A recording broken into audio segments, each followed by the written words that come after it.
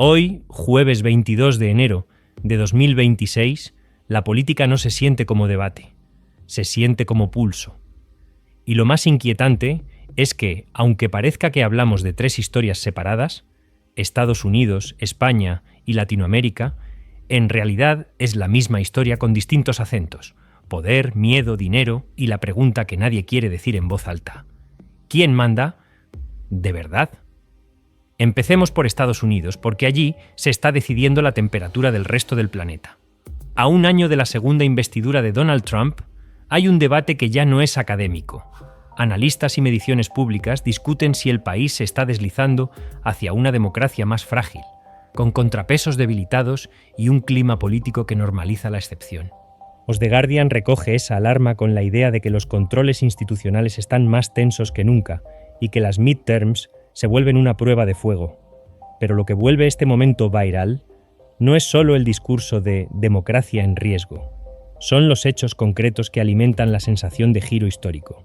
Un ejemplo es el efecto dominó de los indultos masivos de enero de 2025 a personas condenadas por los hechos del 6 de enero.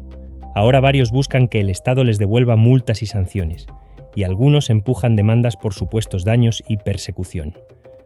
The Washington Post reporta casos donde jueces ya han ordenado reembolsos y otros siguen en disputa, convirtiendo el tema en bandera política. Y por si faltaba combustible, si hay una guerra silenciosa por el control del futuro, la pelea por la regulación de la inteligencia artificial. Wired cuenta que Super PAC, que es pro-IA, financiados por grandes nombres del ecosistema tecnológico, están gastando millones con la mira puesta en las elecciones de mitad de mandato. El objetivo es frenar un mosaico de leyes estatales y empujar un marco federal más favorable a la industria, con el argumento de que, si regulas demasiado, China toma ventaja. Y aquí entra la geopolítica. En foros como Davos, el ruido alrededor de Washington está generando conversaciones sobre alianzas de potencias medias. Un intento de países europeos y Canadá de coordinarse para no quedar atrapados entre un Estados Unidos impredecible y los rivales estratégicos del sistema. De Al Jazeera resume ese clima con una frase que se repite como escalofrío: sensación de ruptura del orden mundial. Y ese murmullo tiene una razón. En Europa crece la idea de que, si no se coordinan, quedarán atrapados entre decisiones estadounidenses imprevisibles y presiones de otros bloques. The Guardian describe esa conversación como un intento de potencias medias por armar un frente liberal en medio del desorden. Ahora cambia de escena. España. Porque mientras Estados Unidos tensiona el sistema desde arriba, España lo hace desde el centro, con la palabra que se repite como martillo: corrupción.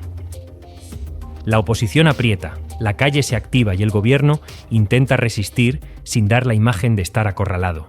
En los últimos meses han reaparecido protestas multitudinarias contra el Ejecutivo. Y aunque las cifras varían según quien las cuente, el mensaje es claro. El país está dividido y la política dejó de ser trámite. Se volvió identidad, bando y sospecha. Y el golpe que más se viraliza cuando la gente habla de instituciones, la renuncia del fiscal general del Estado, Álvaro García Ortiz, tras una condena del Supremo por filtración de información confidencial. Euronews lo presenta como un episodio que sacude al sistema y golpea la confianza pública, porque cuando la justicia entra en sospecha, la discusión deja de ser qué hizo y pasa a ser quién controla a quién. En este contexto, la derecha empuja un relato simple y potente.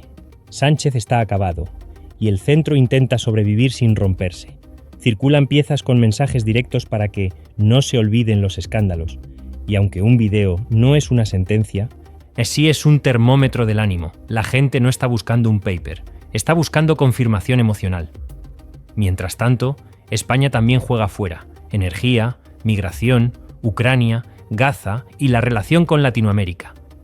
Y cuando un gobierno tambalea en casa, su política exterior también pierde margen, porque todo se negocia desde la debilidad. Y ahora llegamos a Latinoamérica, el territorio donde la política suele sentirse más física. Inflación en el bolsillo, seguridad en la calle, Estado como promesa y amenaza al mismo tiempo. Aquí el hoy se mueve en varios frentes, pero hay un hilo conductor: gobiernos presionados por economía, legitimidad y control territorial. Argentina sigue siendo el laboratorio. Javier Milei insiste en acelerar reformas y, según Buenos Aires Herald, convocó sesiones extraordinarias en febrero para empujar proyectos clave, incluida una reforma laboral. Eso significa que el conflicto no se enfría, se recalienta. Y Reuters ya venía reportando protestas sindicales contra esa reforma, porque en Argentina cada empujón legislativo se convierte en pulso en la calle. El mensaje de Milei es velocidad, la respuesta social es freno, y en esa fricción se juega algo más grande que una ley. Se juega quién paga el costo del ajuste y quién se queda con la narrativa del cambio. Colombia muestra otra cara de la tensión. El presupuesto y la gobernabilidad. Associated Press informó que el presidente Gustavo Petro impulsó un recorte del 30% al salario de congresistas como medida de austeridad, en un contexto de debate fiscal y choque político. Para algunos es justicia simbólica. Para otros, una maniobra para presionar a un Congreso que frena reformas. Y en paralelo, el país no suelta su pasado. The Guardian reportó una condena contundente contra el exjefe paramilitar Salvatore Mancuso por crímenes contra comunidades indígenas, recordando que en Colombia el poder no solo se disputa en el Congreso, también en la memoria y en la justicia. En el norte de Sudamérica, Ecuador lanza una señal dura. Reuters reporta que impondrá un arancel del 30% a bienes colombianos desde febrero. Citando déficit comercial y reclamos por cooperación contra narcotráfico y minería ilegal. Esto es geopolítica regional en versión cruda. Comercio como palanca, seguridad como argumento y frontera como tablero de presión. Y Venezuela. Venezuela sigue siendo el espejo oscuro donde todos se miran. A inicios de enero, The Washington Post habló de una operación y del fantasma del cambio de régimen flotando otra vez en el debate internacional, con menciones a contactos políticos y a figuras como Delcy Rodríguez y María Corina Machado. Más allá del bando, el punto es otro. Venezuela continúa siendo una pieza que activa sanciones, migración, petróleo y una guerra de relatos permanente entre liberación y soberanía. Y cuando Estados Unidos endurece o flexibiliza, toda la región recalcula. ¿Y qué tiene que ver todo esto contigo? Tiene que ver con tu vida cotidiana, aunque no lo parezca. Porque cuando Estados Unidos convierte la política en ring permanente, su política exterior se vuelve más brusca. Cuando España se fractura, su influencia se vuelve impredecible, y cuando Latinoamérica entra en reformas y choques, el precio lo paga la estabilidad. Del empleo y la seguridad. Lo que hoy parece noticia lejana se vuelve mañana costo de vida, control migratorio, inversión que se detiene o violencia que se dispara. Lo que estamos viendo hoy es un patrón. La política ya no se vende como gestión, se vende como identidad. No es qué haces, es quién eres. Y cuando la identidad manda, el acuerdo se vuelve traición y el adversario se vuelve enemigo. Por eso cada noticia se vuelve viral. Porque no solo informa, ataca o defiende. Mira la fórmula. En Estados Unidos la narrativa es orden contra caos, patria contra élite, innovación contra miedo. En España es democracia contra corrupción, unidad contra fractura. En Latinoamérica, cambio contra resistencia, mano dura contra derechos, mercado contra Estado. Y en medio, en las redes lo amplifican todo. Si un hecho no genera emoción, muere. Pero cuidado con la trampa. Cuando todo es emoción, el poder gana dos veces. Gana porque fija el tema, y gana porque te obliga a elegir bando antes de entender. Ese es el verdadero algoritmo político del día. Así que aquí va la pregunta final, la que define este momento. Si la democracia se basa en límites, ¿qué pasa cuando el mundo entero está premiando a quien rompe límites más rápido? Y si el siglo XXI se está definiendo por tecnología, fronteras, energía y control, ¿quién van a escribir las reglas?